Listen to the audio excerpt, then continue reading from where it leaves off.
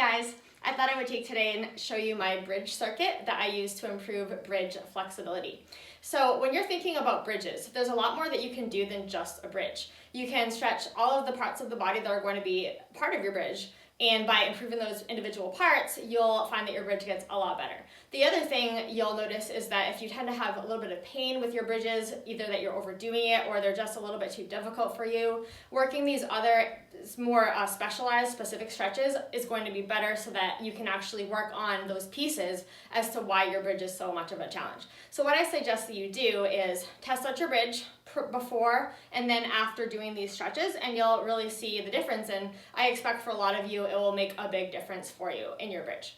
So the first one we're going to do is a quad stretch, which is also otherwise known as a hip flexor stretch. So you're going to put your knee on the floor. So I'm working my left side here, so I'm going to squeeze my left glute, hands go on the front knee. Now what I'm doing is I'm pushing my hips forward just a little bit while I push my shoulders back. So there's two things happening at once internally, even though it doesn't really look like anything's going on. But that's what I'm thinking about. I'm thinking of being tall through my core so that I'm not dumping into my low back. So this one, you can hold anything from 30 to 60 seconds is good for one set.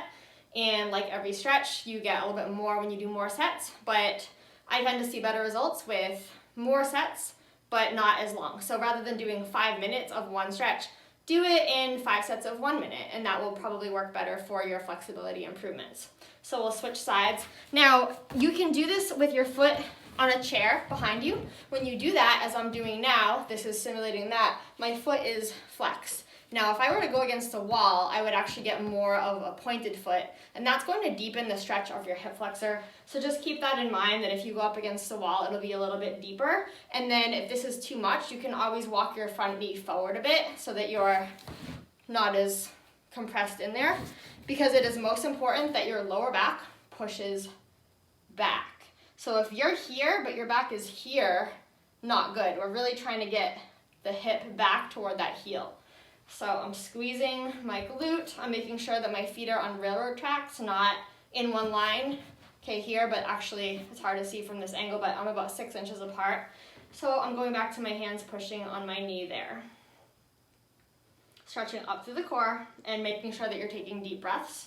If you find that one of your quads is tighter, then do that one double. Do extra sets of that side. And if you're really super loose on one side, you might not even need to do that side at all, because we're trying to even you out a bit with some of this at-home flexibility work. All right, so that's good for there. What we'll do next is, so if you think about bridge, it works everything from hips all the way up through shoulders.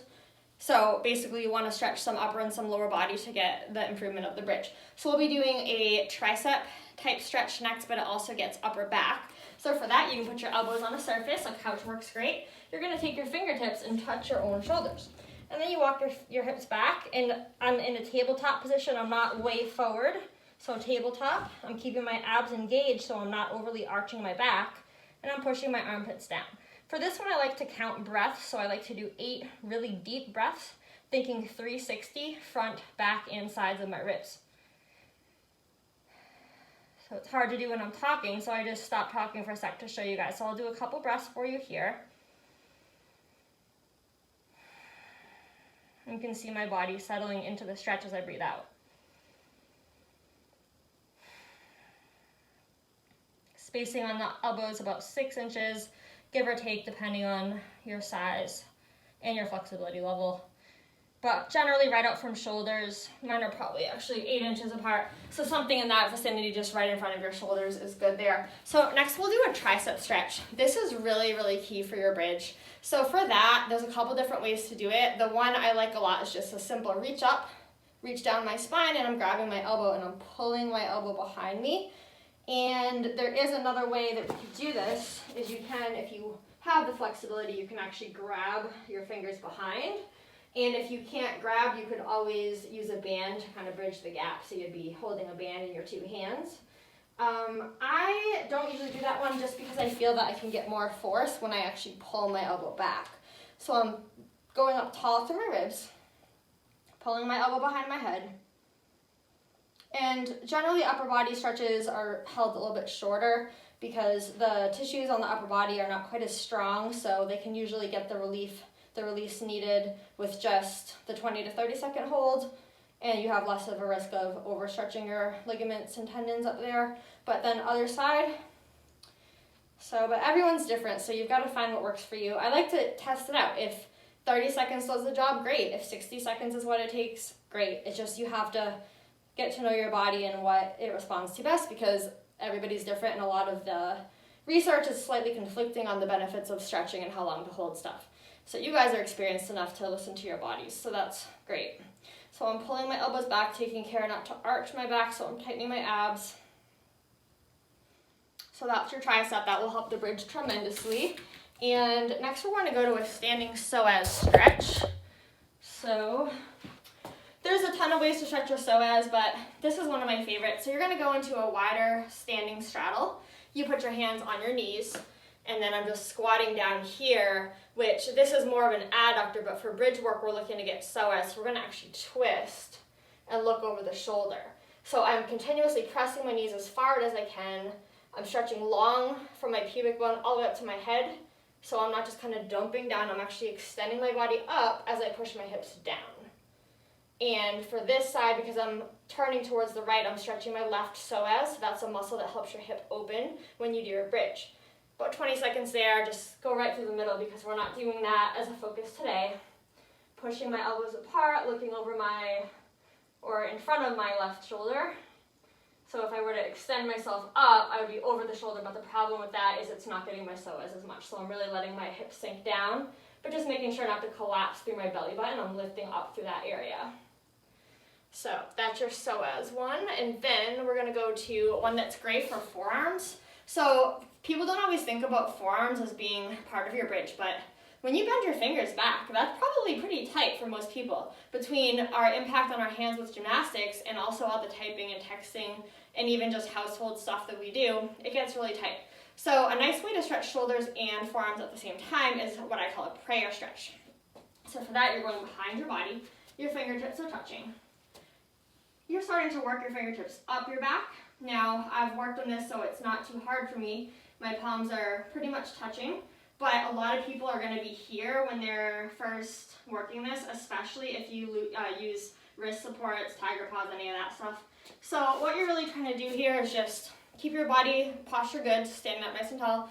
Just over time, it's going to take some time. So you just work that. If it's just too much and you can't handle that one, sometimes people's shoulders, it just doesn't work for them, it hurts. So instead of that, you can just do a simple grab your fingers, extend your arm, and just pull back lightly. So, and make sure that you're getting the fingers, because a lot of people will do the palm and then the fingers curl. And we really want those fingers to be part of this. And then, so just that would be another alternative to the prayer stretch. But that can really help if your bridges are tight in the arms, especially. So we're going to do now a couple that are going to use, this is my countertop. Sorry guys, it's just what I've got to have for you guys to look at, so there's no counters down here. So my panel mats are going to be my countertop. So what I'm going to do with that is, and you're going to have to use your imaginations a little bit. So I'm on the edge of my counter, I'm grasping the edge with my fingers, and then this is important, you've got to stay facing the counter so that you're grabbing at a 90-degree perpendicular from the counter. So basically, don't be like that. See how my arms are straight? You want the arms kind of twisted. Now you're walking your feet back. This is a little low. Ideally, it would be a bit higher, but we'll make do. So my legs are bent. You don't need to go crazy on your hamstrings here. But what we're going to do now is hands are on the right, so I'm going to kick my pelvis just a smidge to the right, and that's giving me a lat stretch on my left side. But it's actually stretching more than lats. It's stretching everything from shoulder all the way down to hip and getting that whole side chain, which is obviously part of your bridge when you're doing a bridge. Left and or tight right side are going to make your bridge a lot harder to do. So this is another one that I like to do breaths for. So let's work on that on the next side. So I'm going to grab, I'm going to walk back, and I always just think hips to hands to help me remember where I'm going, because things get a little confusing when we're bent like this. So now I'm going to do my breaths. So I'll do one in and out. And the idea on the out breath is to maintain your position when you go to the in-breath. So I'm now going to breathe in again, and then out, and see if I can get another millimeter or two of range of lowering my body and kind of pulling it more in a curved shape. So some people go breathe in, breathe out, breathe in, breathe out, and that obviously you're just like going back and forth, you're not making progress with the range, so that's that one. And then we have, so this is one of my favorites. This one, now I will warn you that if you have a problem with your shoulders, if there's something, you've torn a muscle there or something like that, please don't try it if you're worried about the safety of your shoulders, because this is one that I have been doing my whole life, and so it might not necessarily work for everybody. But I'll talk you through how to modify it as well. So what we'll do for this, and this quite often is done on a couch, so I like to do it on my couch with pillows propped up on the edge so that it's comfortable, so that it's got like a little round area for my back. So if I'm on a couch, it's great. If something like this is fine. So I'm just gonna grab a relatively lightweight, just grab an 8-pounder. You probably could start with even just a 5. It doesn't matter the shape of it. It could be a circle weight, it could be a dumbbell, it could just be a jug of laundry detergent. It really doesn't matter. So you're working your way off the edge and your arms are straight. Now, it is a little bit easier on your shoulders if you have something that leaves your hands with space. So if I were to grab a skinny weight, it would be, my hands would be touching each other, which would be more of like a beam bridge, which is fine if you want to work that, but that's going to be harder. So I'm just relaxing here, and like I said, if you have a couch, it's a little bit more comfortable because the edge usually on a couch is rounded. So, and I just use pillows to make it a little bit softer if it's not the softest couch as far as the armrest goes. But that's just what you hold there, so you're getting that nice passive stretch. If you feel any pain, stop. And you can even do it with just the air, like hanging back and just relaxing. Now just be careful when you come out of it because it's a pretty dramatic stretch. So I just like to come up and sort of roll to the side because there's no sense in moving quick when you're doing stretches like this, because that will come later, right, when you do your skills.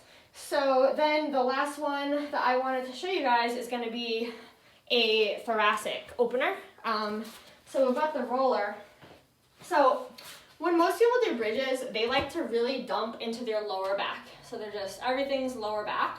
And your back is a lot more than just lower back. You've got cervical, you've got thoracic, you've got lumbar, you've got sacrum. The sacrum we're not really going to be dealing with, but the neck one you get the neck region of the back here, and your thoracic is a hard one to get because your ribs are attached to it, and because of that your body likes to keep that area very stable, which is good, but there can be a little bit of range of motion that we can gain if we work the area in a light manner and just gentle.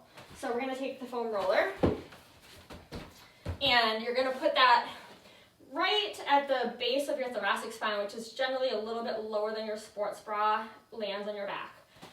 So you're going to put that there.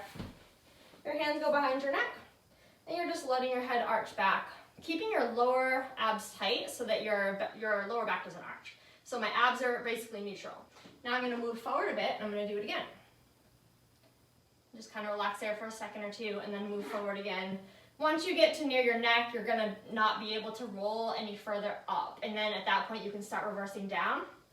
So usually there's 4 or 5 little mini 1-inch segments you can do approximately, but just go by feel. It's not an exact thing, but what we're trying to do is work each little segment of that, and if there's areas of your thoracic spine that are tighter, then do that section a little bit extra. So those are my 8 stretches. I hope this was helpful, and I'd love to see before and afters of your bridges if you give it a try.